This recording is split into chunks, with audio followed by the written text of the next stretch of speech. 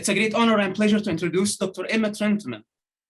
During the planning time for this event, Anne and Julie reached out to me to ask about potential keynotes for Arabic. Dr. Trentman was my choice. I was very pleased when I received her positive response over the email. Having known her over the years and visited her program in 2014, I was given the opportunity to see her program initiatives in practice.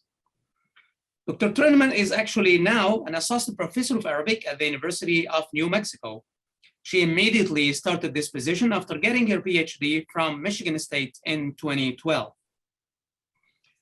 Dr. Trentman is a very productive scholar whose profile combines very interesting areas of research. She focuses on Arabic second language acquisition in the study abroad context, where she examines how learner identity manifests itself during that unique experience.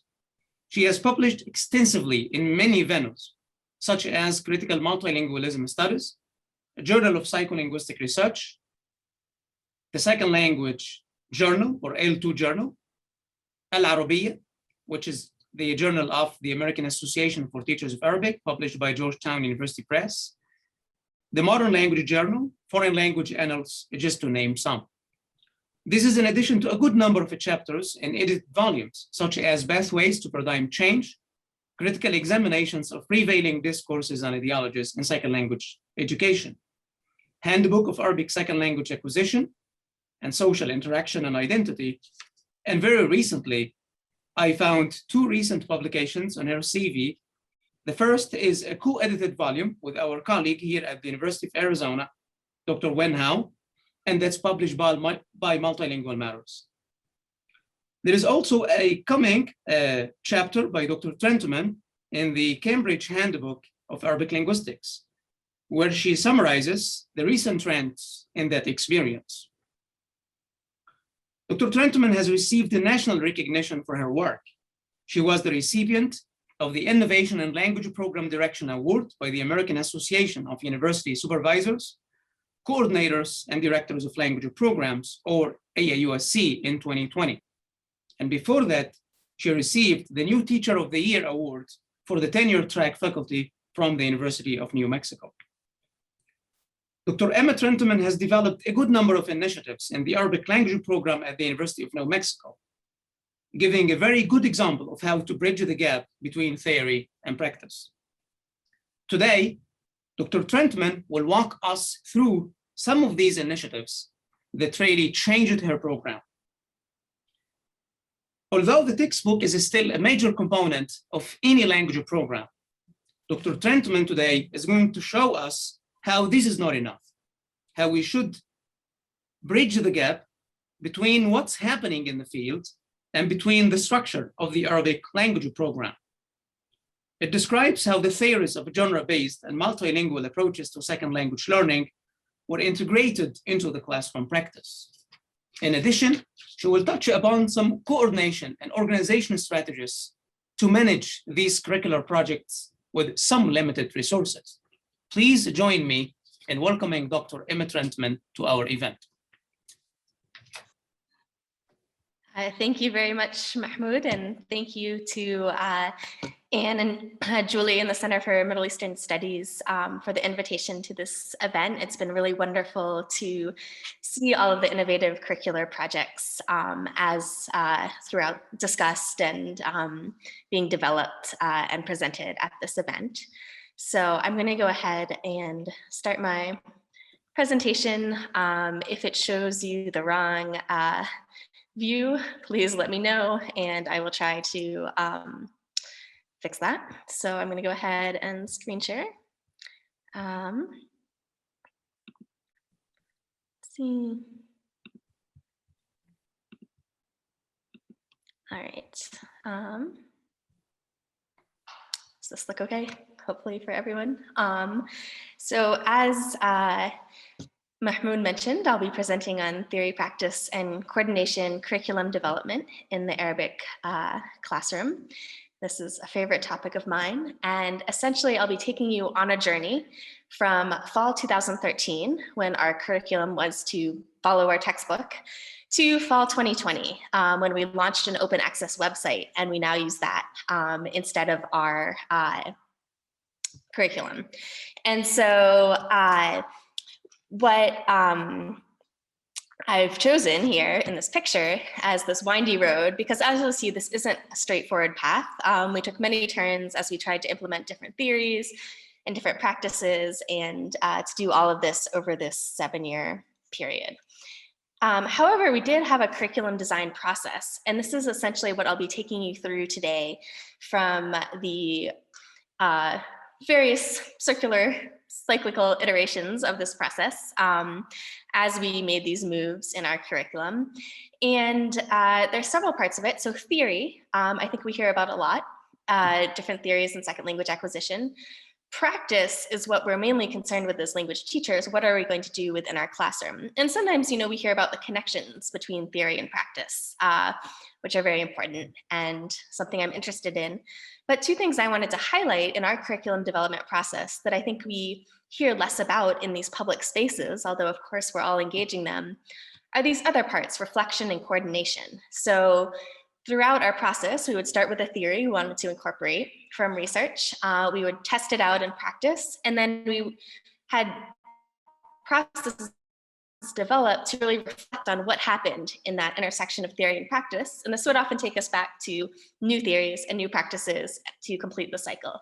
And throughout all of this, something that was essential was coordination in our coordination processes. So how do we actually do this? How do we accomplish this? And so I'm going to spend some time talking about that as well, because again, I think it's something, in talking with my colleague and preparing for this presentation, we realized that we don't often hear about these sort of processes in curriculum development, despite how important they are.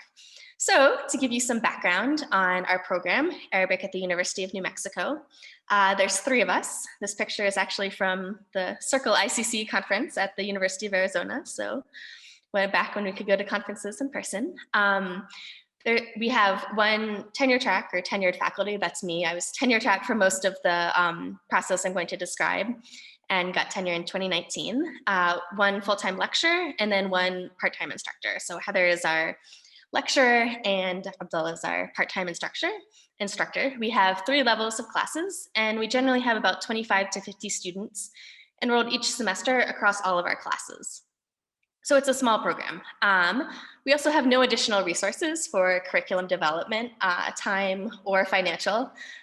So everything that I'm going to describe here was developed as part of our regular job duties without grant funding or course releases or things like this. And I'm telling you that not to, so you can feel bad for us, but because I think this is the reality many of us find ourselves in, is that we're dissatisfied with our textbooks. We want something more, but we have to really carve out the time to do that curricular development because it's not part of our regular programs. And we also had 2 2017 babies in during this whole curricular process, which I mentioned because again, I think, this is our reality that we have lives outside of our teaching. And so that also influences what we're able to do in terms of curricular development. So what I'm going to do to take you on our curriculum development journey is basically describe the various steps that we went through starting in fall 2013 when we followed the textbook and the theories that we tried to incorporate along the way. And so the first sort of theoretical step was to incorporate the actful can-do statements, which I'm sure you're all familiar with. And we did this by matching them to our textbook. So sort of taking the actful can-do statements and taking our textbook and trying to put them together. So what does this look like? So these are the can-do statements as they looked at the time of our matching them with our textbook. They do look a little bit different now, but you can see that it has the proficiency level and then some general can-do statements and then more specific ones. And so our idea was that we'd have a target can-do for our lesson. So I can talk with someone about school. And then at the end of the lesson, the students would do the can-do statement. So they might ask each other questions about the school. And so how we accomplished this was by looking at each chapter in the textbook and saying, okay, what can-do statement would match this part of the textbook? And so the textbook sort of went through vocabulary and then grammar, and then it would have some text. And so we just picked out a can-do statement for each one. This is from one of the intermediate classes. So for the vocabulary, we'd say I can talk about my family history and society. Sometimes we added in supplemental materials. So in this case, it was the instructor's recording about his family. And then we matched it all up like that. So in terms of coordination, how did we do this? Because we were doing it at the same time that we were teaching all of these classes. We alternated the unit development. So Heather and I would trade who matched the can-do statements with the textbook for each unit, and we traded off. We also alternated lesson plan development, especially if we were teaching multiple sections of the same class. One person would make the lessons for Tuesday, one person for Wednesday, etc. And this is something I wanted to talk about because this was something that was new for us. It was not encouraged in other programs we had taught in. And so I want to propose it as a way to make time and space for some of these larger curricular initiatives. Objections that we had been given in past programs for sort of shared lesson planning were that, one person would do all the work, which, wasn't really applicable in our case because the person who wasn't doing the lesson planning was making a whole curricular unit. So they were doing plenty of work. And then there's also concerns that this will, stifle teacher creativity or feel like you have to teach in a certain way. So,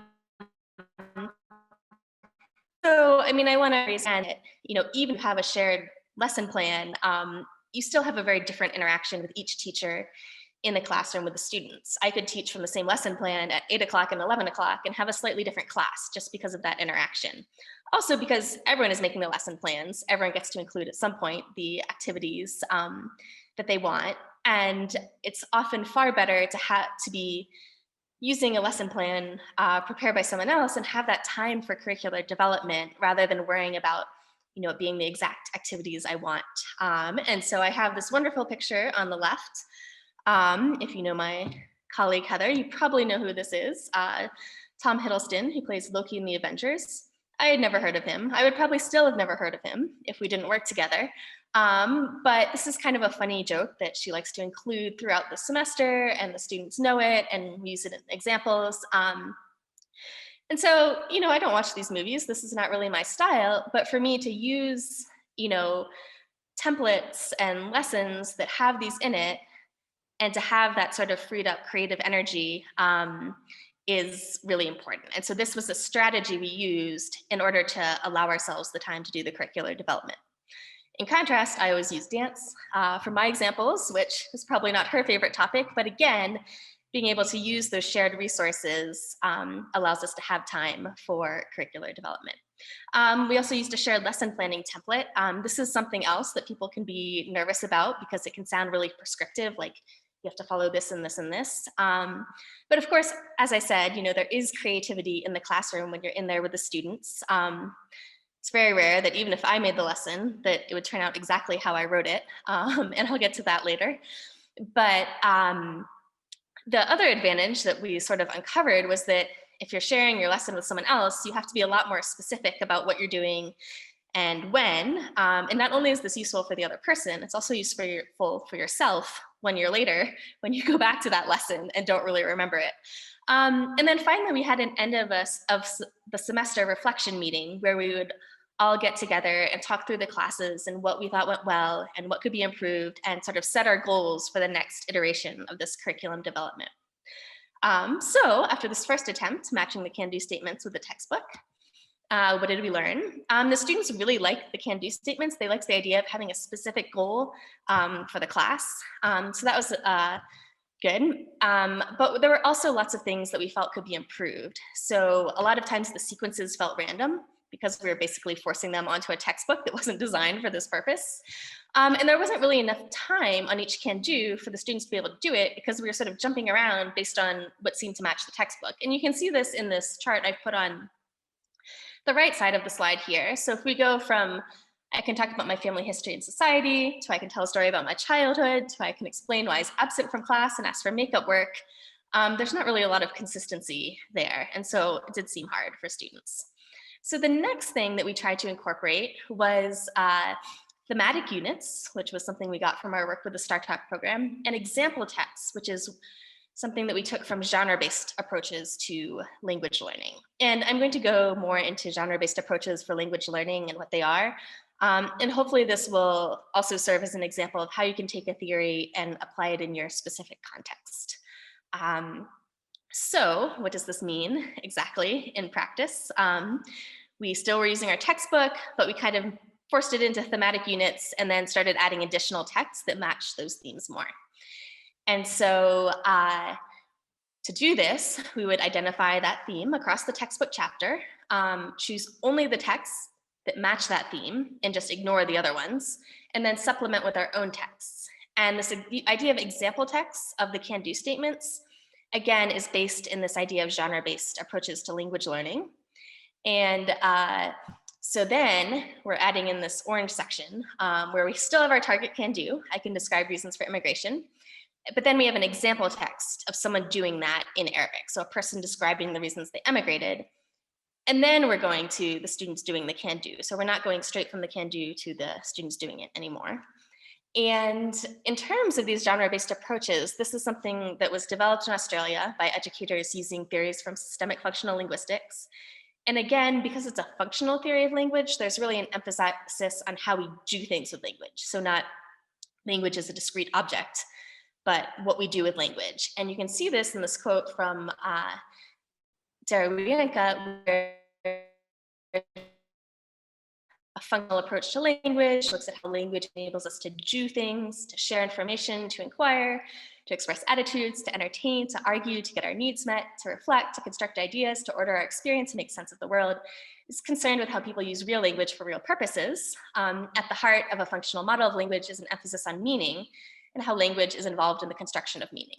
It sees language as a resource for meaning making. I'm sure you can all see why this is an appealing theory for language teachers. And within genre-based theories, and so this is where it gets confusing because what they mean by genre and what they mean by text are very different from what we usually think of with these theories. Texts are the main unit of analyzing language in genre-based approaches. And so what we mean by text, it can be any medium, and it's an example of people achieving specific goals with language. These texts are also culturally specific, not only to national cultures, but also to cultures within nations. And then the smaller linguistic elements, which in many of our educational approaches in the US are just sort of seen as the first step. So this is things like vocabulary and grammar are really seen as inseparable from these larger texts, these culturally embedded texts. And so you can see this again in this quote from Halliday and Matheson: the term text refers to any instance of language in any medium that makes sense to someone who knows the language. We can characterize text as language functioning in context. So again, I think all of you, based on your presentations I've seen so far, can see why this is an appealing type of theory for building our curriculum, because we're focusing on what students do with language at a larger level.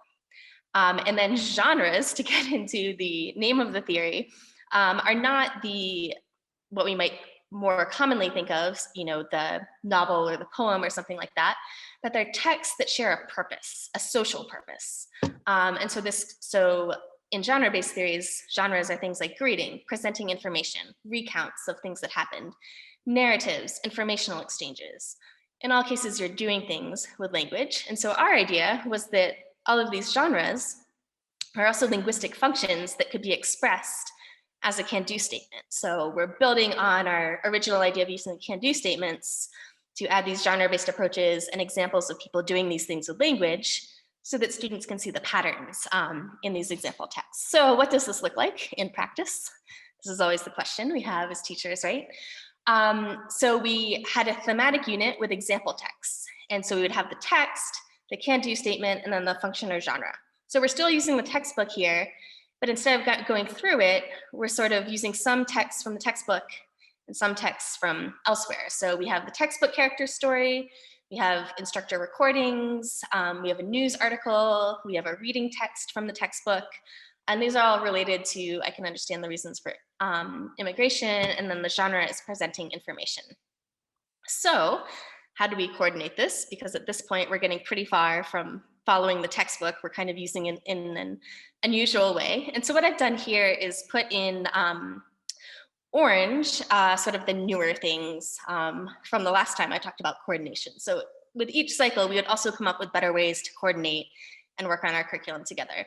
So one thing, we always only did one class at a time. Sometimes it'd be first semester, sometimes it'd be third semester, but we never tried to do multiple classes at once because, again, this is very time consuming and we were sort of adding it into our extra work. So we couldn't do multiple classes at once, but we would do the other class that we didn't do. So if we did second year, we'd do first year the following semester when it was taught.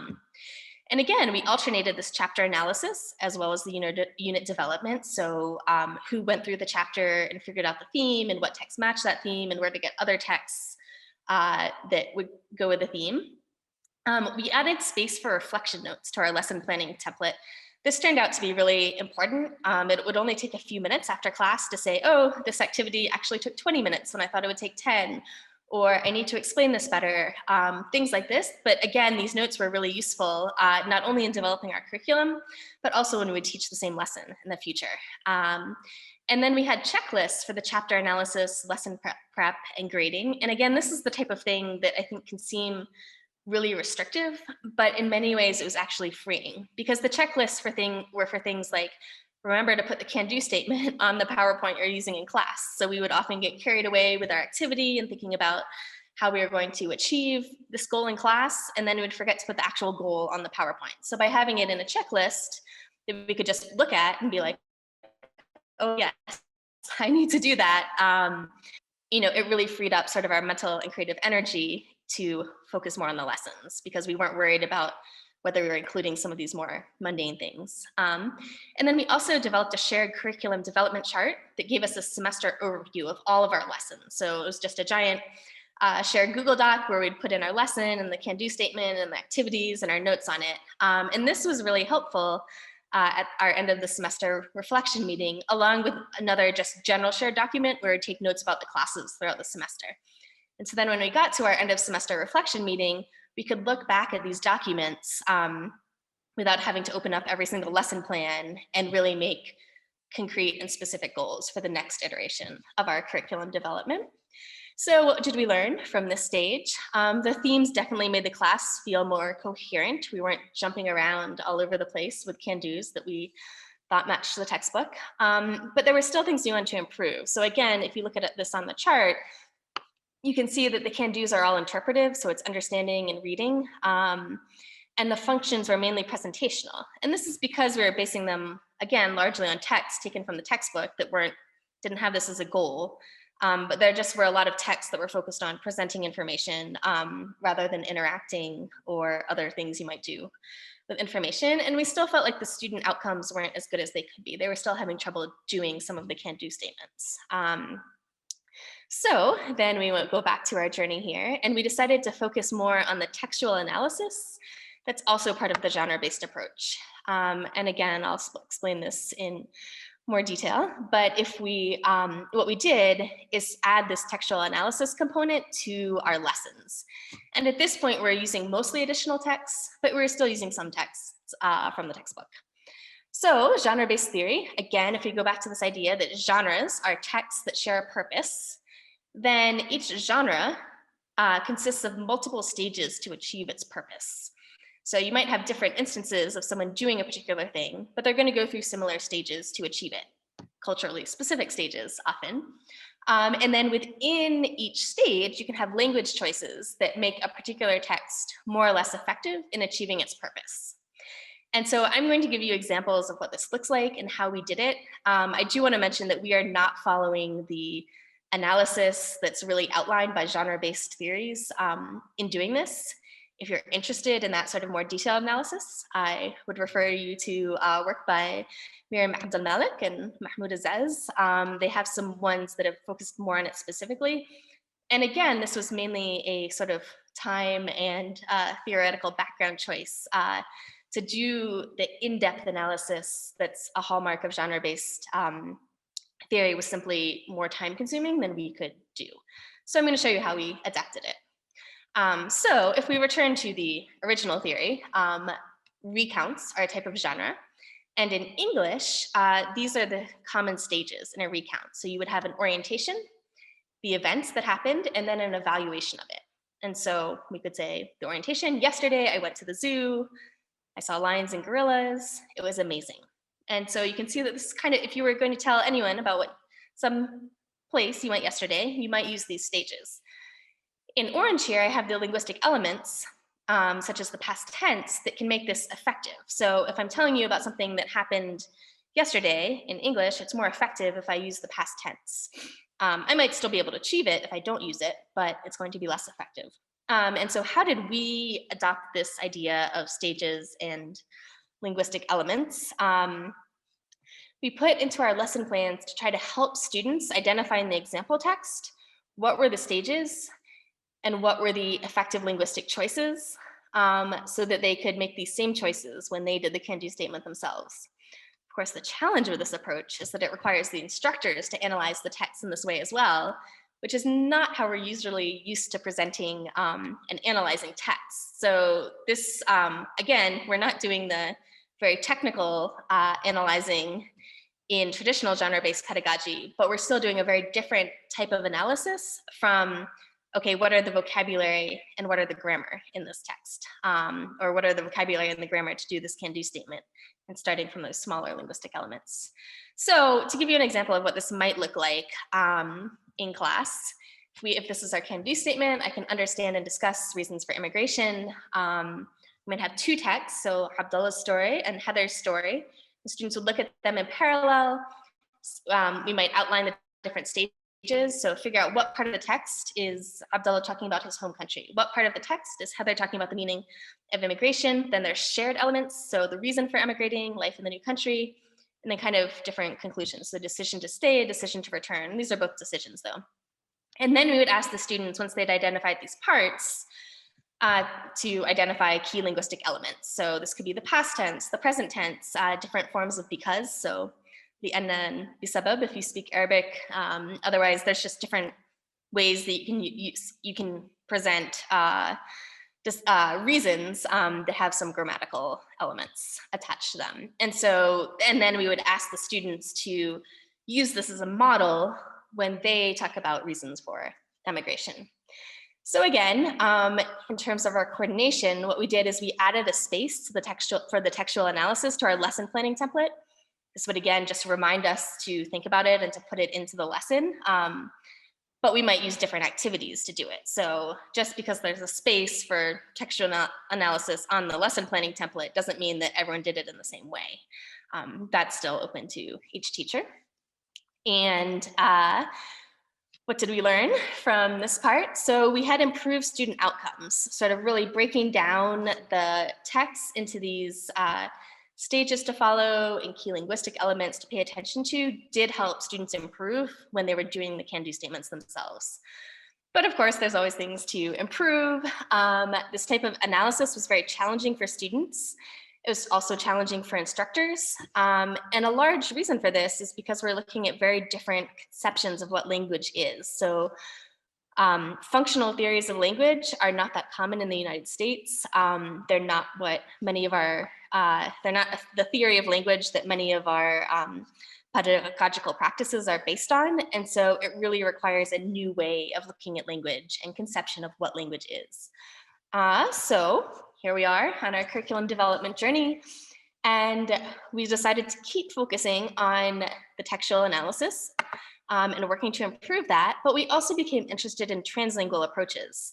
And again, I'll explain what these are in more detail, but essentially we're spending so much time analyzing these texts and noticing really interesting things in terms of their multilingual and multidialectal nature that we became interested in these approaches. And at this point in fall 2019, we switched away from using the textbook entirely. So we had our thematic units, but we were just using the supplemental texts that we found. So to go into these translingual approaches, we're going to actually start with monolingual language ideologies. And these, when ideologies, sometimes we think of as a negative word, but really it's just our beliefs about language and the ways in which these are socio-historically constructed. So recognizing that our beliefs are rooted in processes outside of ourselves. And so monolingual language ideologies stem from European nationalism. And there's this idea that one nation has one language and one culture. And the borders of all of these, so political and language and cultural borders, are distinct and also mutually reinforcing. And so you can see I represented this on the right with 3 separate circles for English and Arabi and Espanol, and they're separate. Native speakers represent the ideal linguistic behavior. And a native speaker, of course, is someone who's very centrally located in this particular circle. And previous knowledge of dialects and languages interferes with learning new ones, which makes sense if you're thinking of all of these as very separate linguistic environments. And of course, monolingual immersion or classrooms are perceived as the ideal learning environment. And so some of these are almost canonical in language teaching, like using the target language, but they're really rooted in these monolingual language ideologies. And as I'm going to argue, these monolingual language ideologies, as we've seen many wonderful presentations on incorporating social justice into the classroom in this conference, and these ideologies often work against that goal. So translingual language ideologies are a perspective that's been proposed by educational scholars, often with a social justice orientation. And here the emphasis is on how language boundaries are fluid and socially constructed. And rather than focusing on these languages as separate entities, there's an emphasis on the linguistic repertoires of individuals, rather than the social boundaries of named languages. And so you can see I've represented this on the right by having these circles have fuzzy boundaries and overlap and show how an individual's linguistic repertoire can overlap in various ways with these named languages. And the emphasis here is on how individuals draw from their linguistic repertoires in contextually specific ways, including to learn. And the idea is that drawing from the full linguistic repertoire, rather than only being allowed to draw from parts of it,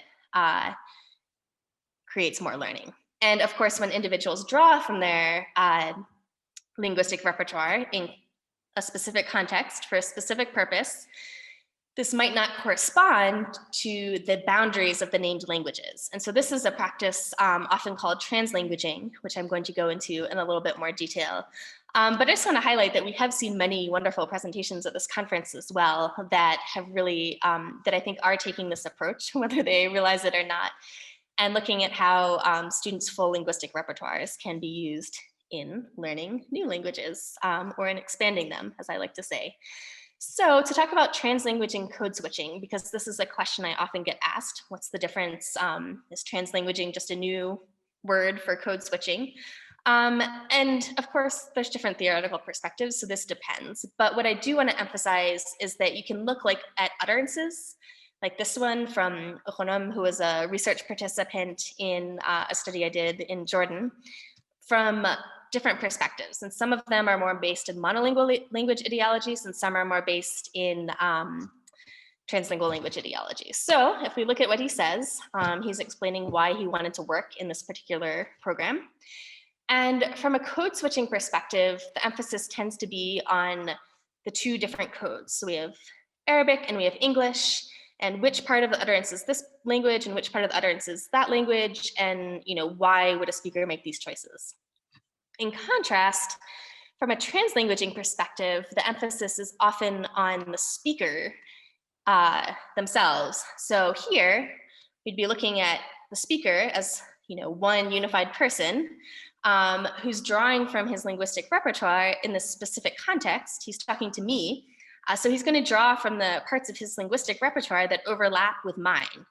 So he's going to draw from what we might call English, what we might call Arabic. He's not going to draw from what we might call Russian, because that's part of his repertoire, but not part of mine. And so it wouldn't be an effective way to communicate.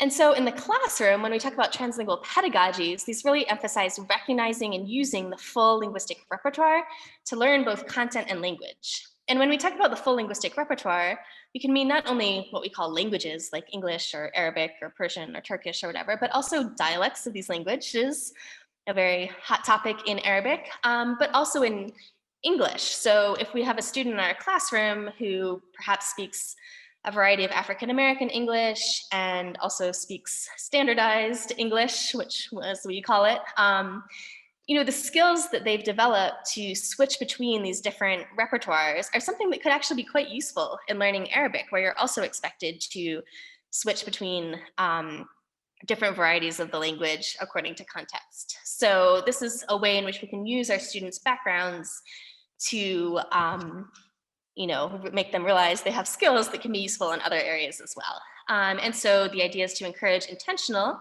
and strategic use of the linguistic repertoire, and to see the strategic translanguaging as a skill, not as a failure to be monolingual or a failure to remain 100% in the target language.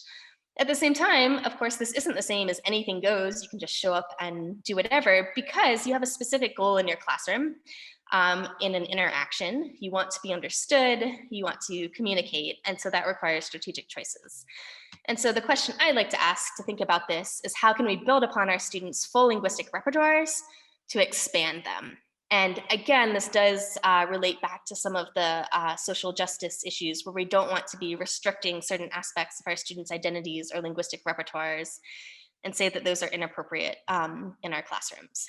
And so also, in a lot of ways, I want to emphasize that taking an approach rooted in translingual language ideologies can just result in a reframing of some of our existing practices. So to give you some examples, I'm going to describe a practice that I think as language teachers you'll be very familiar with in your classroom, and explain how it could be approached from a monolingual and then how it could be approached from a translinguaging perspective. So one example is in the Arabic classroom, the teacher speaks primarily Arabic, but they're using a few cognates or English words in this classroom.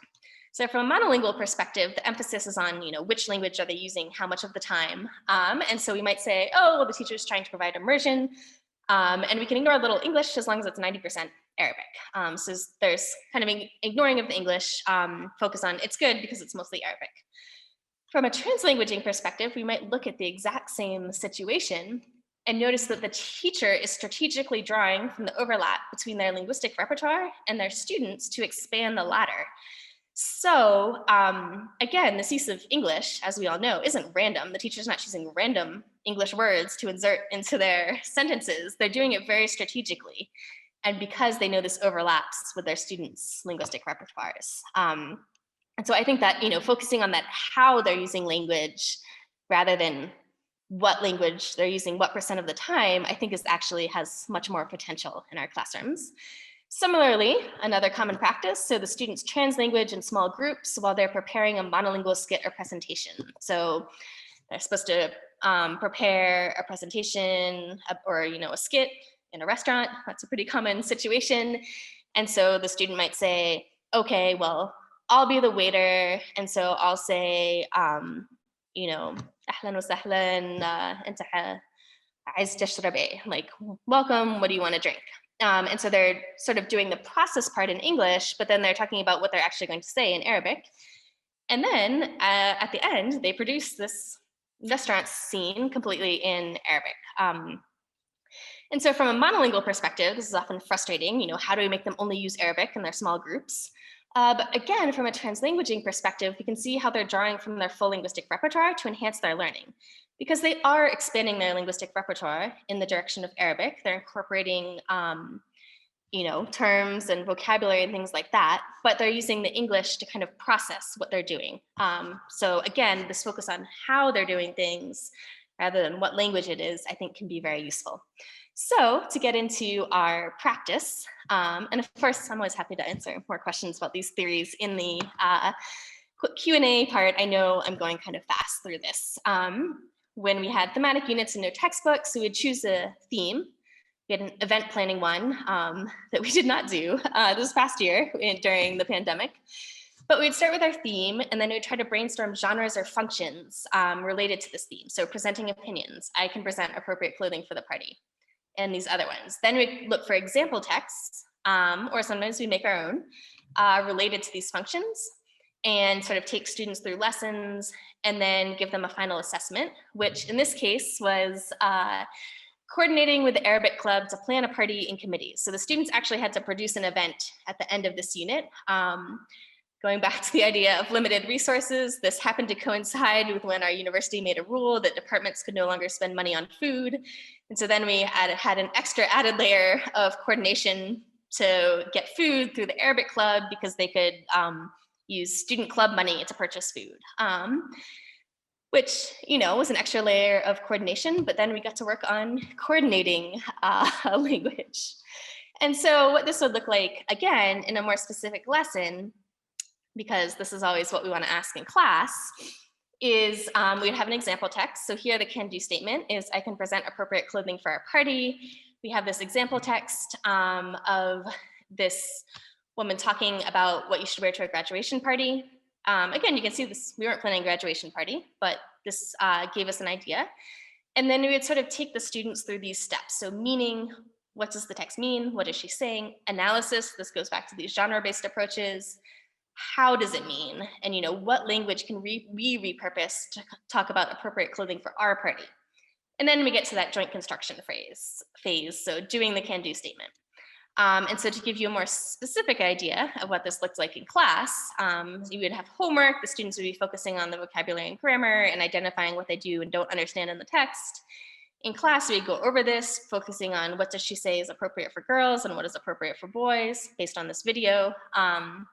We also tried here to incorporate metalinguistic and cultural analysis. And I'll get into this a bit more when we talk about our website, but as we spent time analyzing all of these videos, there's very interesting things going on linguistically that don't necessarily conform to what we've been told, or the ways that you use Arabic, or that you use Fusha Na'amiyya, and so on, or that you use dialect and use standard Arabic. And so we wanted to draw our students' attention to these and to think about why people might make these linguistic choices. And so these are some examples of questions we might ask. So in this video, why is she drawing from words associated with English and French? What's the social meaning of these choices? What's the difference between lazim and fikun? So this video happens to be in a Levantine dialect, which isn't what any of us speak, but again, we're focused on the function, not the specific dialect. And so we can draw our students' attention to sort of these social markers of what might be more standard, what might be more dialectal, and then culturally, what gender is expected to plan parties. If you look for party planning videos on YouTube, you can see that they're often directed towards women, which is grammatically marked in Arabic. But there's also a way of avoiding this by using the verbal noun or the masdar form. And so this is sort of an interesting way to try and tie in grammatical elements in these cultural issues. So, although I will say that the gender aspect of party planning is not, of course, limited to Arabic videos. Then to go into our analysis, so we kind of shifted the language from the genre-based pedagogies because we're trying to come up with something that worked for our students and our teachers. So we talk about stages and phrases. So the stages, if you're talking about what you should wear to a party, you have the intro and then you have details about what to wear. And then we would ask students to pick out these phrases and then think about how they could sort of take out the specific information related to this video, but still use the overall phrase. And we heard in some of the other earlier presentations about, trying to get students to use, more complex language or chunks of language. And this was a fairly effective way rather than having them try to focus on each individual word. And again, this comes from these theoretical approaches. So then the students would get to the construction part, doing it themselves, and we'd ask them to discuss the appropriate clothing based on their own opinions and write a paragraph summarizing their thoughts, or potentially present it to the class, depending on the lesson. And again, we're encouraging them to repurpose these phrases from the video as appropriate. So to repurpose the whole phrase, you should wear, and then maybe it's not a formal party, so they're not going to say a dress or a suit, but, jeans or casual wear. And so to coordinate, again, to go back to this idea of really working together to coordinate the program, this time we split up the unit development work by interest. And I think this is a really important thing to take into consideration when you're doing these team projects. So before, we'd always split up the unit. So one person would do this unit and then the other person would do this unit. And we ended up with an odd unit or something. I think, I don't remember exactly how we discovered this, but we discovered that we actually had complementary favorite parts of the designing the unit. So I really liked coming up with the overall theme and finding the can-do statements and the genres and the texts. And what I really didn't like doing was sort of the more specific, like vocabulary and grammar lists. But that was actually what my colleague preferred doing. And so we could split up the units according to the parts we like to do. And that made this whole process much more enjoyable. So I think really thinking through what different members of your curricular team like to do and what their strengths are, and then focusing on that can be really helpful when you're coordinating. And then again, into our shared lesson planning template, we added sort of space for meaning, analysis, construction activities. And again, what these activities actually were would vary from instructor to instructor, but just having that as a reminder for us to put them in. And then we also started having end of unit reflection meetings with our students. So the final day of each unit, we would talk with the students, we'd have them prepare beforehand their thoughts on how the unit went, and then we would discuss it through with them. And this gave us some really good ideas about how we could further develop the unit and improve it. And I think this students really liked, even if we made it clear, like some of their ideas we couldn't incorporate, the next day when we started the next unit, knowing that it could be incorporated in future semesters or in future units, I think is really important. So what did we learn? The students loved not having a textbook. They felt the topics in the text were more real, is what they said, even though they were more difficult. I mean, these videos were not necessarily easy for them to understand, but they still preferred it. And so we saw improved student outcomes, especially with multilingual and multidialectal contexts, which were many of these videos we were finding on the internet. And of course, what to improve. So finding texts that are accessible, as many of you have noted and know, is challenging and time consuming. And these also represent new ways of thinking about language for students and teachers. So again, we're coming back to this idea of, what is language and what do we think of language as, and these language ideologies. So this takes us to the final step I'm going to tell you about in our curriculum development journey, which is where we tried to incorporate multidialectal approaches. And we launched our open access website. We Can Learn Arabic. You can open this right now on your computers if you want at wecanlearnarabic.com.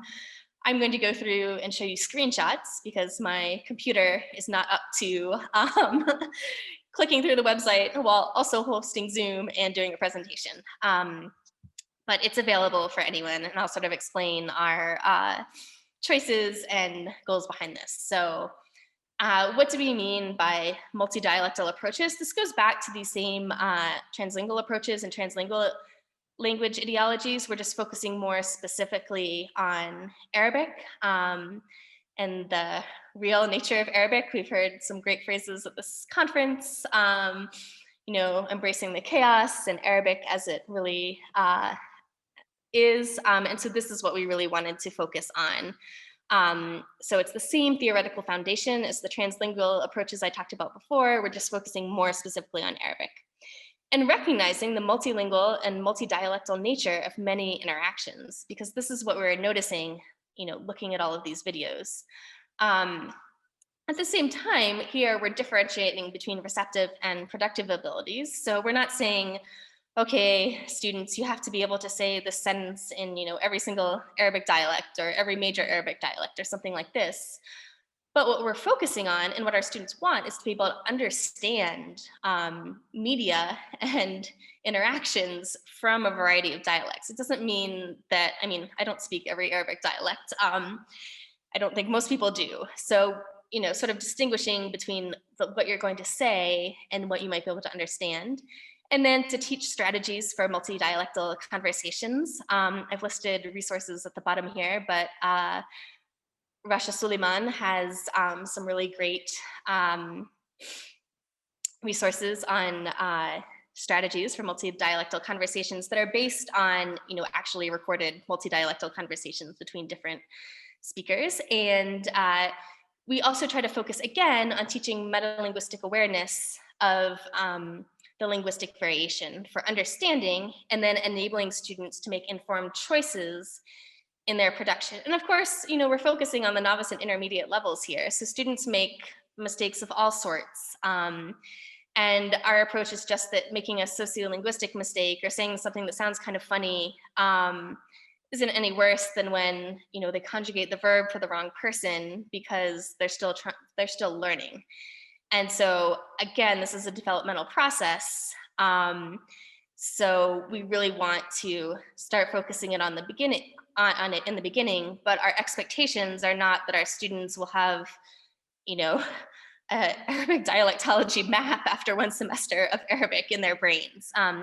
But we want to draw their attention to strategic choices for understanding. So many Arabic dialects, for example, put a sound before the progressive verb. It might be ba, it might be ka, it might be da, it might be hamba, but it's something that's there. And so if you know that that's a pattern, then you can listen for the verb rather than being really thrown off because it started with a different sound. And then you can choose, well, when I'm speaking, how do I want to sound? Do I want to sound more formal and not have this? Do I want to sound like I'm from a particular geographic area? And again, this can be very useful in incorporating students from different backgrounds in the classroom because we don't have to force them to choose a particular dialect identity. So I'm happy to talk about this more too. So this takes us to our We Can Learn Arabic website, which is an open access website. And we designed it specifically, one, to share our materials more widely than just our program, but we also wanted it to serve a variety of purposes for teachers. So we use it instead of a textbook, but we also wanted to make it possible for programs that used a textbook or already had their own curriculum to incorporate parts of this. And so the idea is you could mix and match units, you could mix and match texts within the units, which I'll get to. We're currently focused on the novice and intermediate level because this is focusing our curricular developments. And again, our focus is on Arabic speakers using language. So however they're actually doing it in these videos and from a variety of backgrounds. So we have multi-dialectal texts on the site. We've chosen them by function, as you'll see, not by dialect. But again, we do try to draw students' attention to these sociolinguistic, pragmatic, and cultural features. So we're not presenting multi-dialectal information and just saying, have at it. We're trying to draw students' attention to the social meanings of linguistic elements they see in these videos. And again, our focus here is on building on students' existing repertoires. So perhaps they speak French already and they can draw on that for some of these texts or other dialects, that they might know from home or from family members or from, maybe they know more formal Arabic from religious situations. And we can sort of draw on all of those to expand their repertoire. So we start with thematic units on this site. And again, I'm just doing screenshots because my computer can't quite handle it. And then we go into, so we have the unit, and you can see this is very similar to when we were using our own units but didn't have a website. Describing a routine, making plans. This is in the routines unit. Then we would have the example text, and then we have incorporated assessments. So the assessment at the end might be, write down your routine on Saturday, compare it to your partners, and you're gonna make a plan to study for Arabic together or something like that. And we sort of have ones for each can-do statement and ones that build up. And so once you click on a unit, you'll get to a page like this. You can see they look slightly different because we're in continual development. So we've modified, for example, our geography unit to add a Quizlet based on student feedback.